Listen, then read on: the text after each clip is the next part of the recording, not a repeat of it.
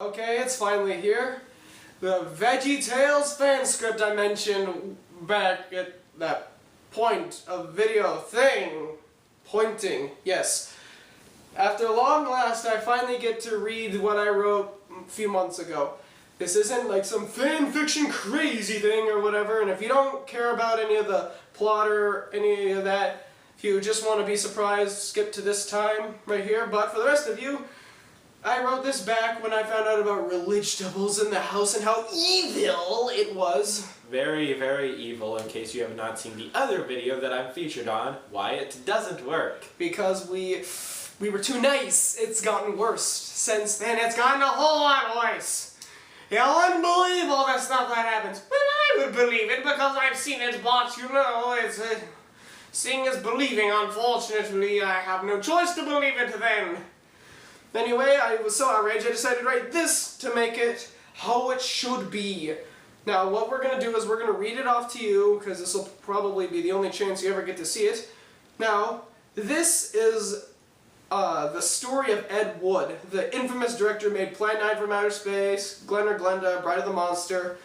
That stuff. It's a lesson in sticking with God's plan for you, even if it doesn't seem right or it's hard, that sort of stuff. There are no songs in this yet. There is a silly song we have written, but we're not going to sing it. Because one, I don't think you want to hear us sing, and two, we don't have the music, so it's going to seem really awkward without it. But we'll talk more about that later.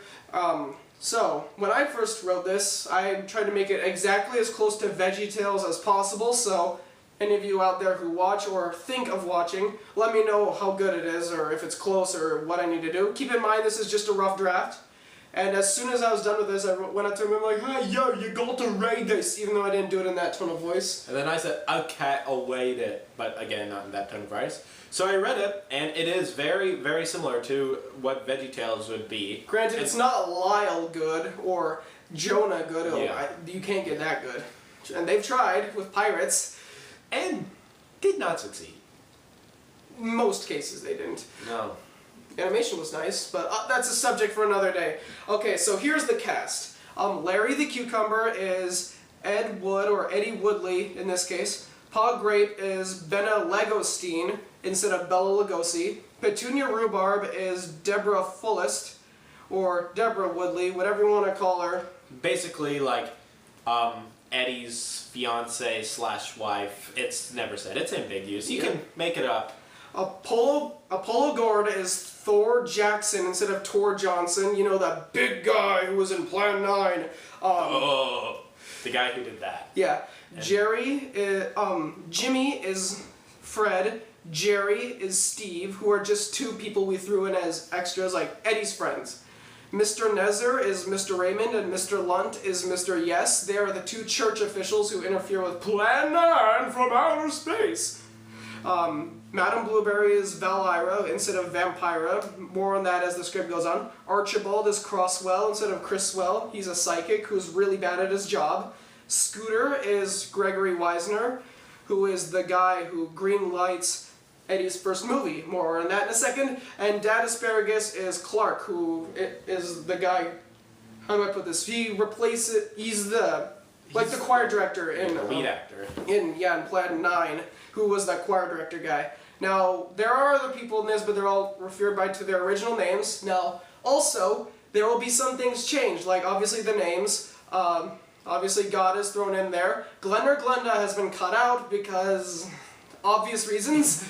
A few other things, like a few story elements changed, a few other things, and of course, because this is an interpretation, we have overplayed some of the goofy movie stuff, like, because obviously there's one scene in here involving Jimmy and his script that does not happen in real life.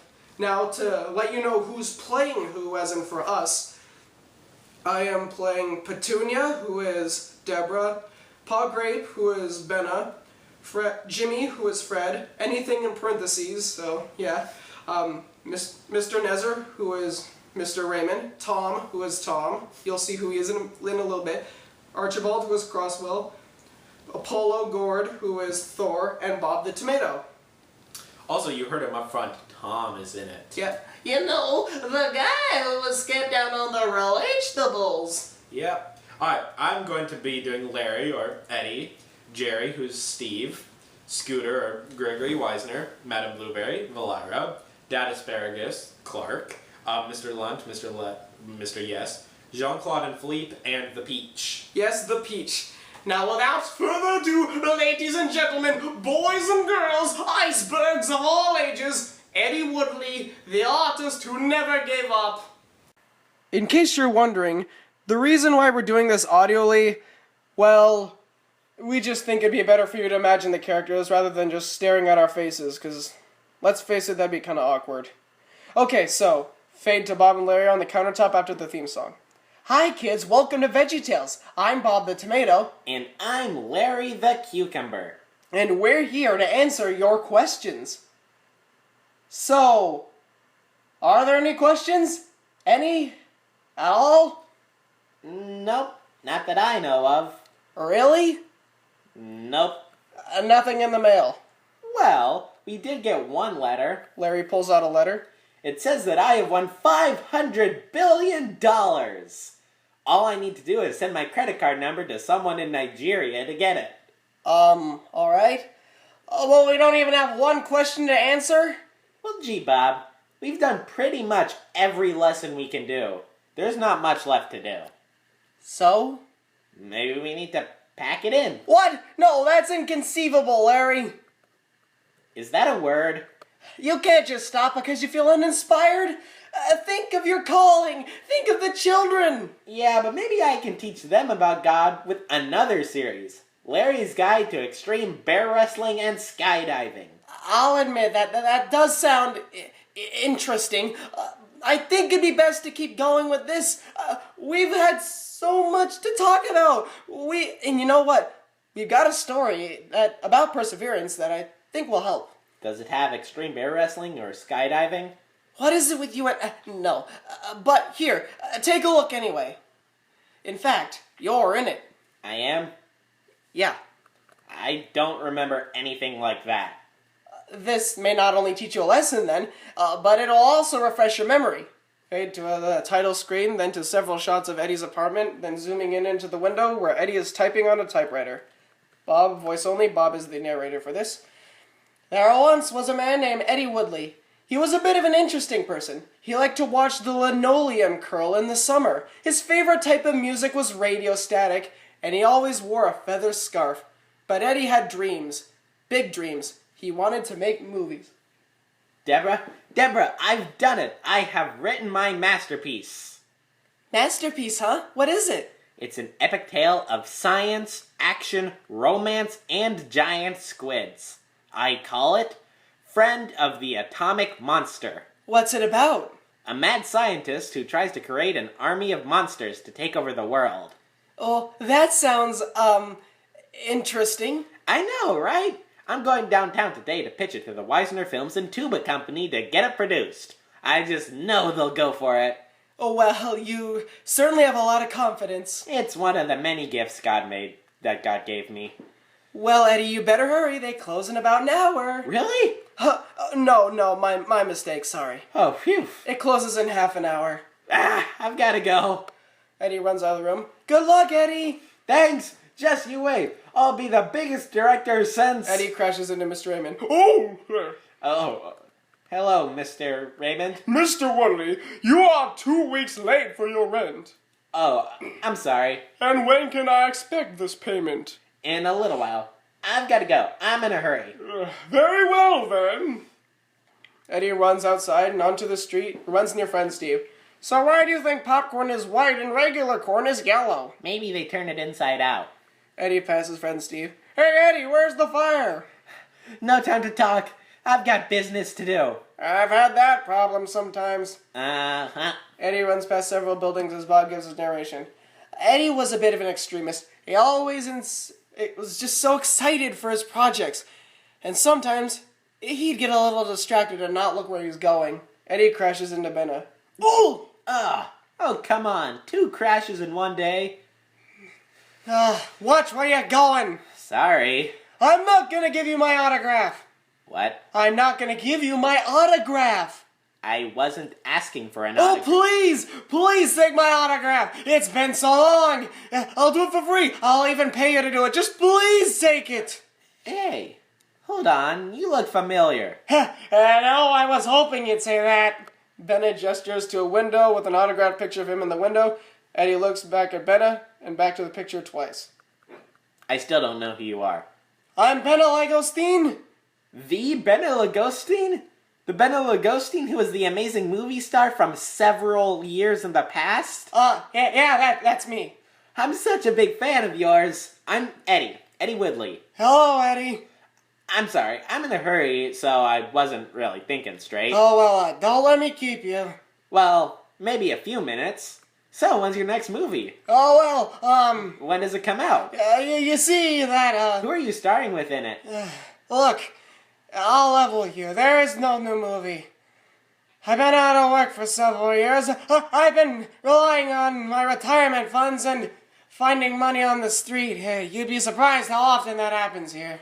Oh, I'm so sorry. I never knew. It's not your fault. You know, I'm working on a movie. If you like, I can give you a part. You mean it? Really? I mean, yeah, that sounds good. Come with me. So you're really gonna give me a role? This isn't a joke. If this was a joke, it wouldn't be a very funny joke. Fade to Weisner Films and Tuba Company waiting room. Oh, you call that an idea for a film? I can come up with better ideas if I were in a coma. Scowling 3 walks out of the room holding a folder, muttering angrily. Well, looks like I'm up. Alright, go on in. Good luck. Okay, thanks. Eddy enters Gregory Weisner's office. Are you Gregory Weisner? No, I'm his grandmother. You've got 3 minutes to pitch me your movie. Okay, thank you. I just know you're gonna love it. It's going to be 2 minutes and 45 seconds. Well, the name is Friend of the Atomic Monster. It's about a crazy, mad scientist whose favorite color is periwinkle. He is alone on an island and tries to create an army of mutants. He has a henchman named Lowbrow who dreams of being a regular citizen and falls in love with a reporter. Sounds kind of like a plain monster movie. Well, we have a star, Benna Lagosteen. Who? Gregory looks outside the window and sees Benna. Benna looks at the window and smiles. Him? I thought he became a recluse on an island ruled by chimpanzees. Nope, he's just been out of work. So what do you say? Fine. We'll fund your movie. Great! Eddy walks out into the waiting room. We're in business. What? Oh, that's great. So what's my part? Come to the studio tomorrow and we'll sort it out. Shouldn't I get a script so I can learn my lines? No need. We've got cue cards. Eddy exits. Oh boy, this is gonna be a genuine, experience, I guess. Fade to Eddy, Deborah, Fred, and Steve in a stadium watching Thor sumo wrestling Percy P. You got Benna Lagosteen? You bet. I already went to Russia and became an astronaut. Nope, just out of work. I'm telling you, Eddy, this is a sign God's got a big plan for you. And it feels great. I just know he's gonna do great things with my movie. Hey, can Steve and I be in this? We always wanted to be in a movie. Sure thing. What about me? Well, of course, you're the leading lady. Cut to Thor hitting Percy P, who goes flying out of the ring. Once again, the champion, Thor Jackson, reigns supreme. You know what I'm thinking? That the cups here get bigger every year? No. Well, maybe a little. But more important, that guy would be a great actor. Alright then.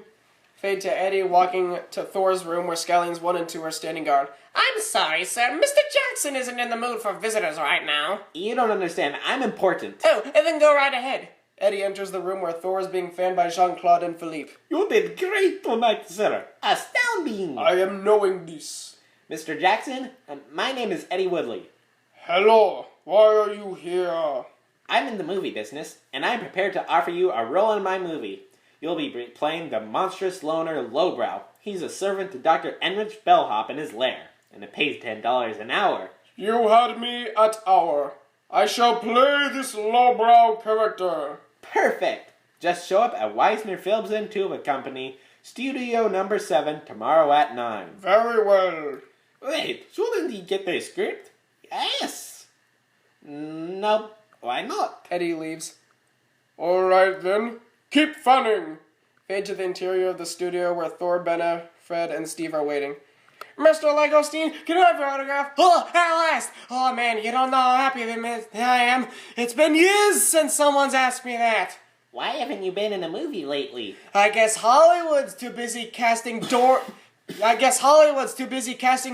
Carlott and Longchain Sr. Jr. to give me another role. Life is brutal when you're in showbiz, you know. And, well, you know, if you're a good actor, that's great, but there's usually a good reason why they do something like that. Is it because you're old? Is it because you lost your talent? Is it because you smell funny? Go away. Eddy and Deborah run in. Sorry we're late. I crashed into my landlord, and then my car exploded. Alright, now let's begin. Eddy passes out scripts. Benna, you will play Dr. Enrich Bellhop. Deborah, you are Janice. Thor, you're Lowbrow. I know, you have told me this before. Fred and Steve, you are everyone else. Now, we will start with the scene where Lowbrow and Dr. Enrich Bellhop enter the laboratory. Benna, your line is, "At last, I shall create my atomic race of supermen." Come, Lowbrow, and then Thor, you say, "Yes, master." Okay? Actors, to your places. Ben and Thor go behind the stage with the first door and a door across from it, and Eddy sits in his director's chair. And... action! Benna walks on set. Ha ha! At last, I shall create my atomic race of supermen. Come, Lowbrow! Benna walks through the door, and Thor follows. Yes, master! Thor bangs his head on the door and stumbles to the door. Oh! Oh! Cut! Perfect! Next scene! Oh, wait a second, Eddy. Shouldn't we reshoot that one? Why? It was perfect! Thor hit his head on the door frame, Eddy. Yeah, but that wasn't scripted. It was completely natural. It was real life. You can't get better than real life. Next scene. The crew tears down the set as Bob gives his narration. Like I said before, Eddy got so absorbed in his projects that he kept missing the big details. And that wasn't the last time either. Fade to Eddy in the director's chair, Fred behind the camera, Steve holding a microphone, and Deborah is strapped to a table with tape. Benna and Thor are standing by her. Now, let's begin the procedure! Mr. Director type person, what do I do now? You refuse to cooperate, then Benna hits you with his frying pan. Fred, keep rolling. But he messed up. We'll get that in editing. Keep rolling. No! Do as I command you! No! I will teach you to disobey! Benna hits Thor with a frying pan. Oh! Thor puts a helmet on Deborah. Oh, help me, please! Now get the machine ready, and you, my lady, you will become a woman with superpowers, and my servant. This is good stuff. If you say so. The microphone hits Ben in the head. Oh! Oops. Look! One of my machines has produced a microphone for me to record my villainous rants. Perfect. Great improv. Wipe to Benna, sitting in a chair across from Fred, who is wearing glasses and an afro. Yes, but doctor, I have come to take you home. Home? Home? I have no home. Psst. Line? I can't find the cue card. Eddy throws the script, it hits Fred in the face, and then he picks it up. Hang on. Let me guess, we'll get this in editing, right? Nah, this is the way it's done. It makes it look like he had an argument set up, but he lost his place, and then an off-screen friend gives him his notes. Okay then. Why didn't you tell him that this was bad? He's very sensitive about two things, Thor. God's plan for his life, and his movies, or I guess his scripts, prior to today. Page 49. Oh, thanks. But doctor, it is my destiny. You must return and give up your diabolical plan. No, I've been hunted, chased away. They don't want me. They want me dead. You, sir, don't know what it's like being forced to live like this. Again, I say to you, I have no home. I could never know it. But I will show the world that I can dominate it, and I will be its master. My army shall conquer the world. Psst, Eddy. Cut. That was great. You still got it. Oh, thank you. Thank you. Fred, Steve, and Deborah tear down the set as Eddy walks up to Benna. Benna, you were amazing. Simply amazing. Oh, thank you. No, I mean it. That was stupendous. I think you're gonna see some awards on your shelf soon. Yeah, okay. Hey, I know, something funny. The script just stopped in the middle of the God's line, so I just decided to make something up. And that's why you're the legendary actor here. I know it's not my business to pry, but shouldn't we edit or reshoot that scene maybe just a little bit? Nah. One, I like how you deliver that monologue. And two, people will all believe this is part of the script. You think so? Yep. I know that God is going to do wonders with the movie the way it is. I hope. Are you okay? I don't know. Last minute anxiety, I guess. What if they don't like it? What if it bombs? What are you gonna do? Remember, God doesn't promise instant success. You need to be patient. It won't happen instantly, but no matter what, things will always work out in the end. Okay, I'll keep that in mind. And besides, with God watching over me, what's the worst thing that can happen? Crosswell knocks at the door and Thor answers it. Ah, you opened the door, just as I predicted. Hey, you're Crosswell, that TV psychic. I knew you would say that, miss. Wow, he's amazing. I didn't know you worked here. I don't actually. I stopped at Mr. Leisner's office to ask him for directions, and instead he sent me here to deliver a message to a Mr. Eddy Warlesley. It's Woodley.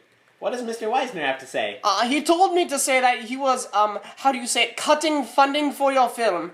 Yes. He says he's found something a lot better. Something about singing Canadian lumberjacks who are actually from England. Yeah, right. Like that'll turn out well. But anyway, what else? Oh yes, he said that if by some miracle you just so happen to make the movie, he would be happy to distribute it. There goes my last chance at redemption. Figures. I should have known that things would turn out sour. What was I thinking? This could have never worked. I'm such a failure. You know, I'm kind of a film enthusiast. I could fund the movie myself if you like. Really? There are only two conditions. One, I want to be the leading man. Fred, is that okay? Sure, I was getting tired of wearing the fake mullet anyway. And two, well, this is a little bit unorthodox, but I want the movie to end with a giant explosion. But the movie ends with Dr. Bellhop being swallowed by a giant squid. Oh, that doesn't sound sanitary. Well, it's all or nothing, and I predict that you will say... Sure, deal. I knew you would say that. Perfect. Now... How come he gets to look at the script? He's a financier. And I predict that God has a great plan for you. You too? Wow, that's amazing. What else you got? Well, I predict that we are going to do a new scene soon. Wow, he's good. Benna, put on your swimsuit. Well, not literally, but it's a water scene.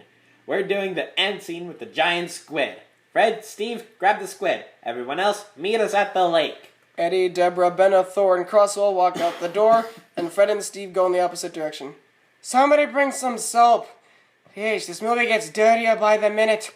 Cut to everyone at the lake. Fred and Steve are unpacking the squid. Benna's in the water, and everyone else is standing by. Oh my, that looks rather cold. Of course it's cold. I'm gonna freeze my skin off here. Just hang in there, Benna. Yeah, why are we filming this in the middle of winter? Why are you making him wait, Eddy? To get used to the water. Do I have to go in? I cannot swim. Well, maybe we can change your swimming scene into a sumo scene with the doctor. Things aren't gonna get better for me, are they? I predict that they might. Fred and Steve walk up to Eddy. This scene will be great. I just found some stock footage for a squid underwater, so that way they can make it look more dramatic. Stock footage? That means leftover film from other movies, and you can use it for free. Eddy, What do you mean you forgot the motor? Don't blame me, it's Steve's fault. No, it was yours. No, I was eating a sandwich. Why? Well, because I was hungry, I guess. You know, sometimes I feel so hungry that I could eat a whole bus. Yeah? Well, sometimes I feel like I can eat a whole spaceship. Oh yeah? Well, sometimes I feel like I could eat a whole planet. Hey! Are we gonna get started or should I just take my 3 o'clock nap? Well, apparently someone forgot the squid motor, so it can't move. Instead, you're just gonna have to, wrap the tentacles around you so it looks like it's attacking you. You're joking, right? Nope, action! Okay then. Bennett lays in the lake and starts wrapping himself with the tentacles. Help! Help! I'm being attacked by a giant squid-like creature! Help me! Help! I am in trouble! Cut! Perfect! Oh, I had goosebumps. Is it lunch yet? You just ate, Fred. Yeah, I know, but sometimes I just get so hungry, I feel like I could eat a whole bus. Yeah, well, sometimes I feel like... All right. We already went through this, but, Mr. Woodley, how's about we do one of my scenes now? Sure, you got it. Everyone packs up while Bob gives his narration. Yes, things looked pretty good for old Eddie, but no moment looks so promising as the day they shot the final scene. Cut to Crosswell and Steve in a field, Eddie behind the camera, and everyone behind him. Where was that sound coming from? It sounds like it's coming from over here. Come, policemen, let us stop that devious Dr. Bellhop and his evil plot. Come along, men. And cut. That's a wrap. We're done here, folks. Once we're done editing and this is released, you're all invited to be in the next movie. Woo! Everyone cheers. Meet me at my place on the first Monday of the month for the wrap party. Why then? Because that's when the money comes. Money comes in, just as I predicted. Wow, you are good. Fade to Eddie sitting at his apartment and Deborah opening the mail. I'm telling you, this movie will be the next movie I'm writing will be even better than this one. What's it about? Well, science fiction is what's in these days. So I'm making a sci-fi movie called... Knock at the door. Now, who could that be? Eddie answers the door and Benna, Fred, Steve, and Crosswell and Thor come in. Hey guys, glad you could make it. Wouldn't miss it. Mr. Woodley, yes, turn on the television right now. The movie critic Valira is reviewing our movie on Channel 6. Is that a prediction? No, actually, I saw it on the TV guide. Eddie turns on the TV to see Valira sitting on a couch. And there were no survivors. Now I will be taking a look at the latest and greatest failure in the world of cinema. Friend of the Atomic Monster. It's an absolute mess. The effects are terrible. There are only a few actors playing all of the roles, and they're terrible at that. The movie is a total forgettable mess, and a complete waste of time. Except for the appearance of the great Bela Lugosi, who I always thought turned into a superhero and went to Nepal to fight the mutant panthers.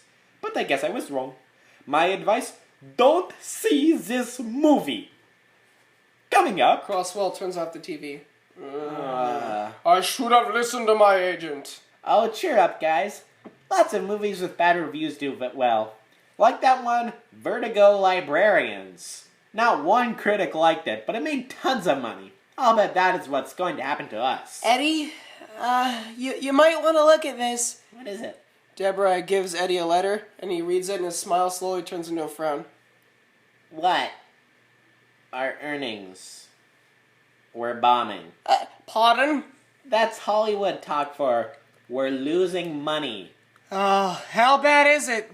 Out of the $5,000 Mr. Weisner gave us and the $50,000 Crosswell gave us, we've made $586. That's not good. We've made the worst movie ever. The absolute worst ever. I think we should go. Yeah. I've got an interview, and I have, something, I'm sure. Fred, Steve, Thor, and Crosswell exit. Remember, Eddie, everything... I know. Everything is going to work out in the end. But how can we even get another chance when we made the worst movie ever? But nothing. We failed, and that is that. It's all over. But remember what Benna said. God doesn't always promise instant success. You need to be patient. It won't happen instantly, but no matter what, things will always work out in the end. Yeah. Hey, Benna, how did you get your voice to echo like that? Camera pans to show that Benna was standing behind Eddy. Oh, it's just a talent. You know what, Eddy? Just give it another shot. This could all be part of God's big plan. I know it. But how? We made the worst movie ever. That doesn't mean we have to stop. Things won't always be easy. There's not always going to be a smooth path. But, you know what? It's always part of God's plan. Just try again. It may take a while, sure, and it may not always seem like it's gonna work. But one thing's for certain, if you stay with God and His plan, everything's gonna work out. Okay, I'll do it. I mean, it was my first movie. We can all try again. Well, actually, I need to talk to you about that. Apparently, one of the few people who saw the movie, he was a Hollywood producer. He gave me a call. And I've got another offer. It's a big offer. There's a lot of money on the table. But I'll stay if you want. No, I can't just let you turn down an offer like that. Are you sure? I mean, I could stay. It's what's best. Tell you what, I know this is hard, so we can use some unused footage of me in your new movie, so technically I'll be in it. Okay. Thanks, Eddy. Thanks for everything. It's been great working with you, Benna. I'll never forget you, Eddy. Benna exits. You made the right choice, Eddy. Are you sure? I'm sure. I guess so. I've got to keep my head held high and trust that God will help. It's gonna be hard, though. Everything is going wrong today. The critics hate the movie, we're failing in the theaters, and Benna left our crew. What else can go wrong? Mr. Raymond burst through the door. Mr. Woodley, you are late for your rent! Oh, no. Cue silly song, and this is where we take a few second break. Can't you just let it slide? I've let it slide for far too long now. You're out of here. Pack up and get going. But... No buts. It's time for you to get out the door. Right now. Mr. Raymond looks at the desk and picks up a script. Huh? What's this? It's a movie script. Movie? Oh, you're that Eddy Woodley. Oh. You've heard? Yeah? Who did it? The news is all over the world. Look, I'll tell you what. I'll let the rent slide and I'll fund it with my friend if I can co-produce it with you. Really?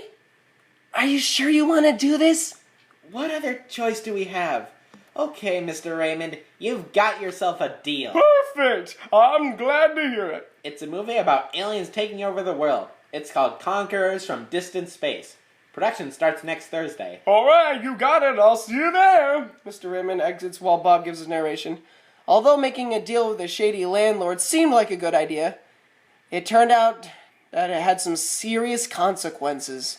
Fade to Eddy, Deborah, Crosswell, Fred, Steve, Thor, Jean-Claude, Philippe, Mr. Raymond, and Mr. Yes in the studio. Okay, everyone, we're going to start production. Now. Alright then. These are our new financiers, Mr. Raymond and his associate, Mr. Yes. Nice to meet you. I agree. This movie is called Conquerors from Distant Space. It is about a pilot who tries to stop aliens from creating an evil army of zombies.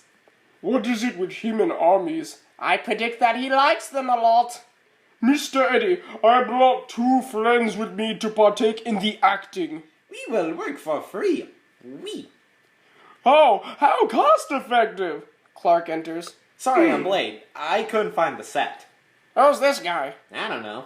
This is my accountant from Toledo, Clark. He's our new leading man. Nice to meet you. I thought I was the lead. You are. Well, if you say so, then he is. But we'll just take our finances elsewhere. Okay. Crosswell, change of plans. You're the, narrator. Yeah, that. Fine. Valera and Tom Grape enter. Hello, I am Valera, and this is my chauffeur, Tom. Howdy! Is this the Eddy Woodley studio? Yes? I came to say that I'm sorry that I was so mean to your movie. In fact, I have gotten a new appreciation for your art. Really? Yes, and I was wondering if I could play a role in your moving picture. Don't fall for it, Eddie. She's just doing this because she got fired. Deborah hands Eddie a newspaper that reads Valera fired for stealing pencil. Yes, it is. But that's besides the point.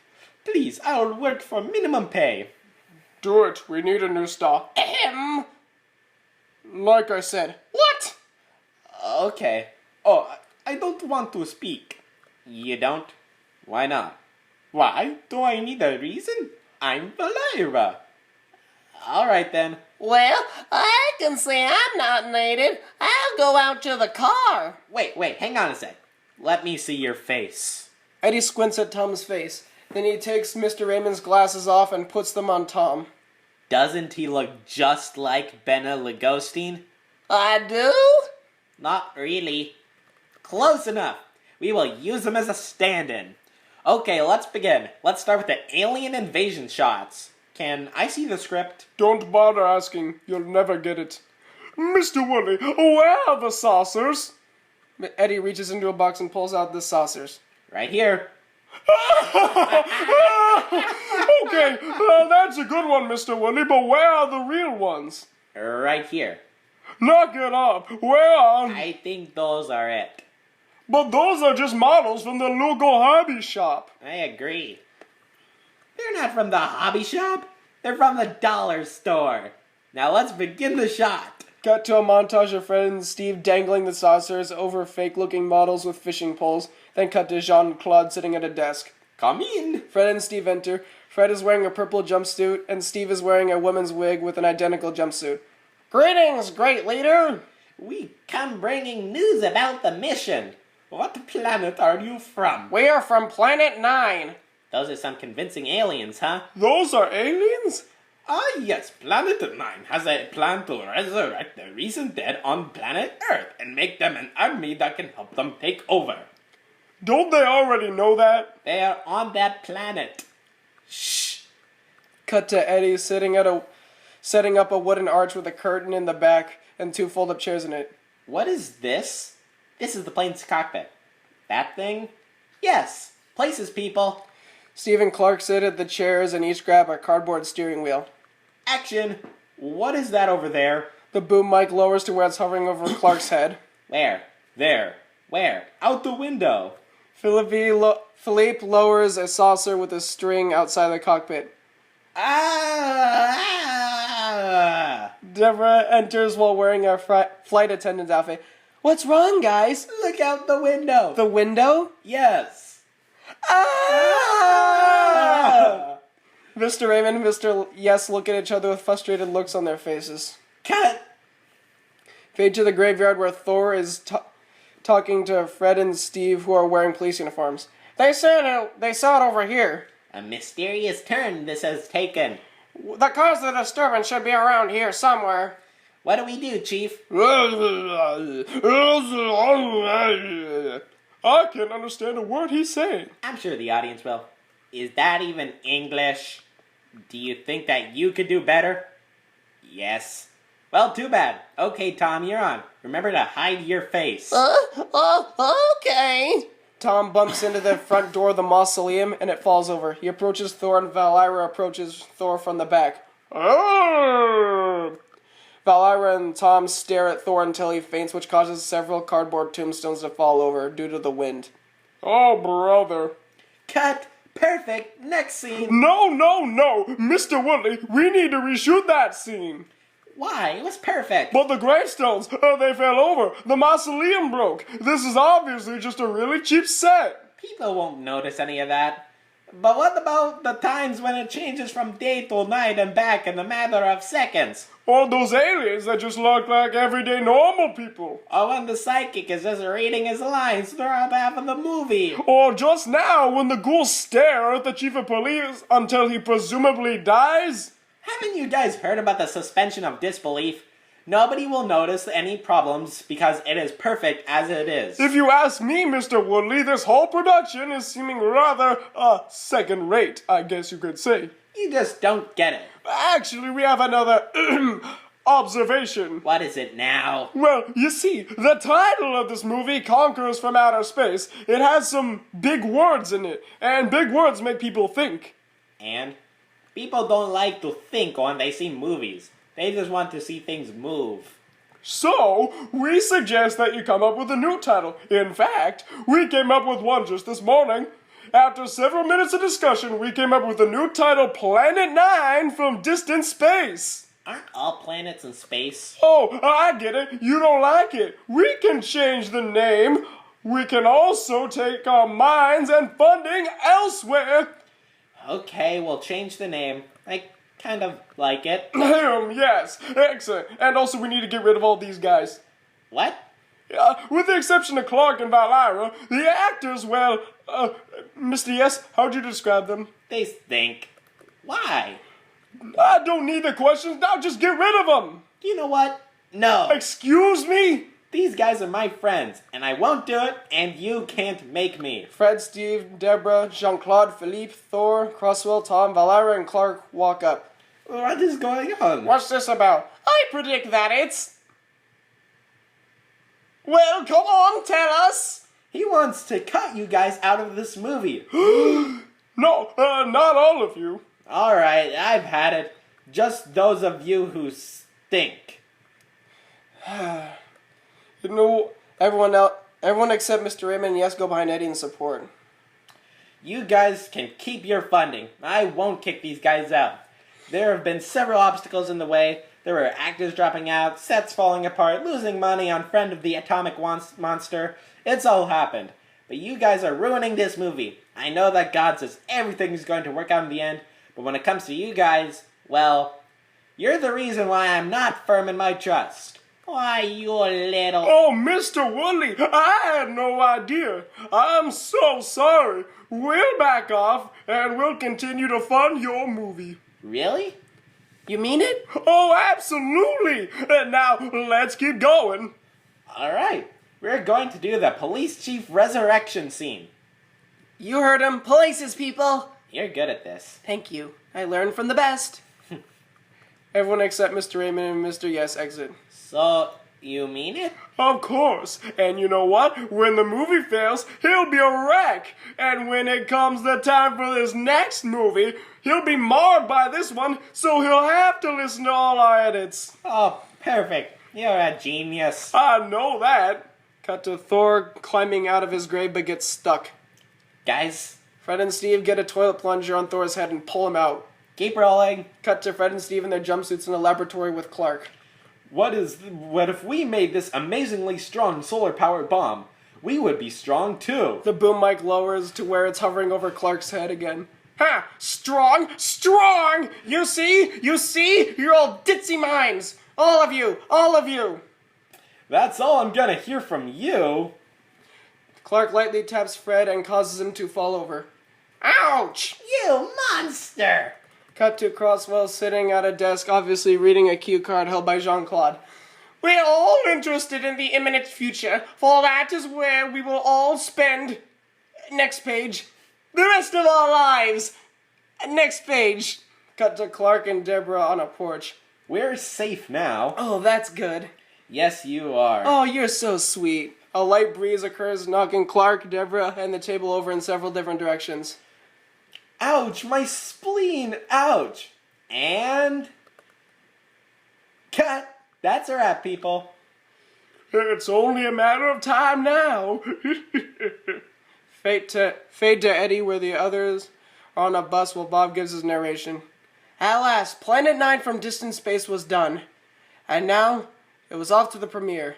The movie was done at this point, and they're all anxious to hear what the people had to say. Everyone gets off the bus and walks into the theater. When they get in, everyone applauds them. They love me! They really love me! Here he is, the genius behind the movie. Let's applaud him. The crowd cheers as the Peach walks up to Eddie. Hello, I'm Peach Fuzzley from Channel 8 News, here live with the ingenious creator of Planet 9 from Distant Space. Eddy Woodley. Hello. Tell me, sir, how did you come up with this hilarious comedy? Comedy? Oh, the modest type. This was the funniest movie we've ever seen. It was great. Thanks. This movie will be huge. It will be seen in Canada, Mexico, Ireland, and even Moose Lake. Moose Lake? Yes, Moose Lake. Now the big question is, when is your next movie coming out? Soon. Crowd cheers. See, Eddie, everything worked out. It may not have been the way you thought, but at least your film is loved by everyone who saw it. Hey, as long as we have fans and as long as they like my movie, I'm happy. You and Benna were right. Mr. Weisner walks up to Eddie. Mr. Woodley, I was wrong to cut your funding. Can I make your next movie? Money is no object. Okay. Everyone cheers. All right, Mr. Woodley, I was just wondering, when do we show up for filming? Everyone else will show up in a few weeks. You guys will show up on the 2nd of never. Consider our agreement null and void. Then you guys are moving out. We'll find a new place. Oh, most unorthodox. I agree. Mr. Raymond and Mr. Yes exit as Benna walks up to Eddie. You have done good, Eddie. Benna, you came. How could I not? I'm really proud of you. You did good. And sure enough, you stuck with God's plan, and look where I got you. Bob, Eddy Woodley went on to make several more movies. Each one was as ridiculous as the ones before it. He went down in history as an accidental comedic genius. And it just goes to show that it may take a lot of time, and there are some obstacles, but God will help you, and He'll make everything work out in the end. Fade to Bob and Blair on the countertop. So what'd you think, Larry?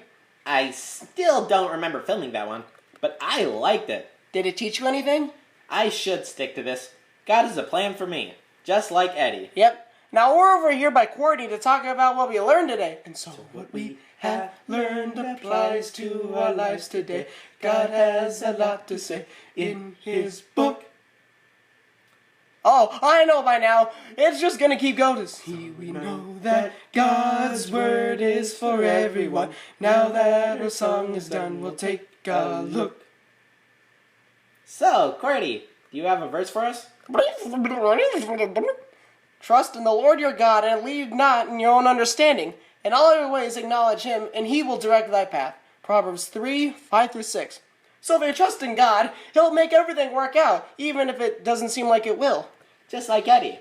He faced so many troubles and problems, but with God's help, he found his purpose. He trusted Him to guide him, and sure enough, he did.